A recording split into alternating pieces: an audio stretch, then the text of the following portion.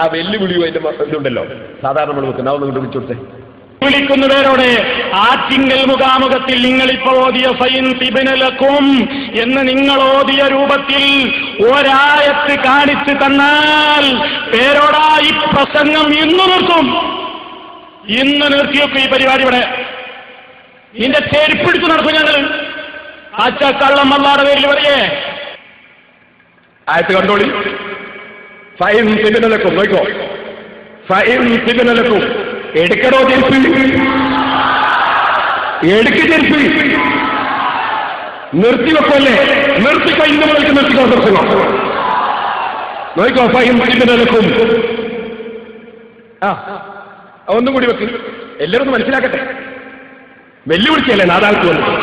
വെല്ലുവിളിക്കുന്നവരോട് ആറ്റിങ്കൽ മുഖാമുഖത്തിൽ നിങ്ങളിപ്പോൾ ഓതിയ ഫൈൻ തിബിനലക്കും എന്ന് നിങ്ങൾ ഓതിയ രൂപത്തിൽ ഒരായത്ത് കാണിച്ചു തന്നാൽ പേരോടാ ഈ പ്രസംഗം ഇന്ന് നിർത്തും.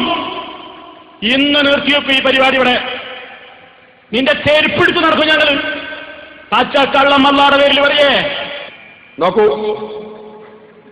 ഫൈൻ തിബിനലക്കും, ഫൈൻ തിബിനലക്കും, ഫൈൻ തിബിനലക്കും. സർവ്വമൗലിമാരും നടക്കും ചെരുപ്പും കൊണ്ട്.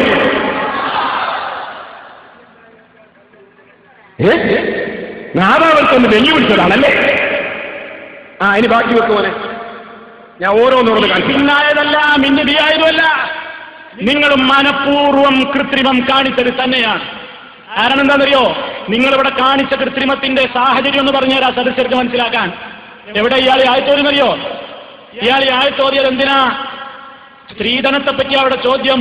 അപ്പൊ ഇയാൾ പറയണേ കുറെ ന്യായീകരണമൊക്കെ പറഞ്ഞിട്ട് അങ്ങനെ വാങ്ങുന്നതിന് തെറ്റൊന്നുമില്ല, ഒരാൾ പൊരുത്തപ്പെട്ട് തന്നാൽ എന്താ എന്നൊക്കെ പറഞ്ഞിട്ട് മൂപ്പർ പറയാണ് പെണ്ണിന്റെ ഭാഗത്തിനൊന്ന് പൊരുത്തപ്പെട്ടിട്ട് നമുക്ക് വല്ലതും തന്ന തിന്നോളാനാണ് ഖുർആനിൽ പറയുന്നത് എന്ന് പറഞ്ഞാ ഈ ആയത്തോതരുത്. എന്നിട്ടാ മൂപ്പര് ആയത്തോതണത്. ആയത്തോതന വിഷയം തന്നെ തെറ്റ്. അവിടെ അള്ളാഹു അതല്ല ഉദ്ദേശിച്ചത്. പേരോടെ ആണെന്ന് തെളിയിക്കാൻ നിന്നെ കൊണ്ട് പറ്റുമോ? പറ്റൂ, പറ്റൂ, പറ്റൂ.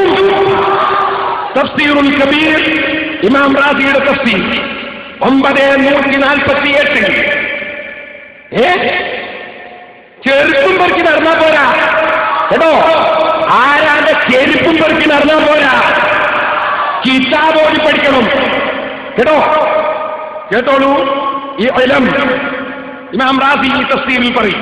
ഈ ആയത്തിന്റെ തഫ്സീർ ഈ ഇൽം അറിഞ്ഞോളണം മൗലവിമാര്. അതിന്റെ അർത്ഥം വെച്ചത് ഏണം അറിഞ്ഞോളണം.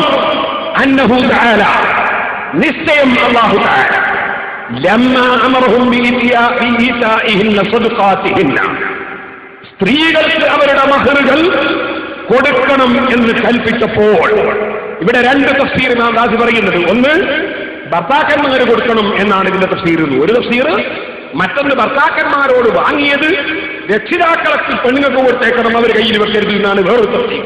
അതിന്റെ ശേഷം പിന്നീട് പറയാം അഖബഹു. ഇതിന്റെ മുമ്പ് വിശദീകരിച്ചാണ് ആ തഫ്സീർ. അഖബഹു അങ്ങനെ കൊടുക്കണം എന്ന് പറഞ്ഞ ഉടനെ അല്ലാഹു തആല പറഞ്ഞു ബിദിക്രി ജവാസി ഖബൂലി ഇബ്റാഇഹാ വഹിബതിഹാ ലഹു. ആ ഭർത്താക്കന്മാർ ഭാര്യമാർക്ക് കൊടുക്കാനുള്ളത് ഒഴിവാക്കി കൊടുത്താൽ അത് സ്വീകരിക്കലും ജായിസാണ്. വഹിബതിഹാ ലഹു ഭാര്യമാർ ഭർത്താക്കന്മാർക്ക് പൊരുത്തപ്പെട്ട് എന്ത് ദാനം കൊടുത്താലും ആ ദാനം കൊടുക്കുന്നതെല്ലാം സ്വീകരിക്കൽ അനുവദനീയമാണ് എന്നാണ് ഈ ആയത്ത് പഠിപ്പിക്കുന്നത് എന്ന് ഇമാം റാസി വിശദീകരിക്കുന്നു. ഇപ്പൊ പറ്റിയില്ലേ? പറ്റണ്ട. പക്ഷേ മുസ്ലിമീങ്ങൾക്ക് ഇത് മതി.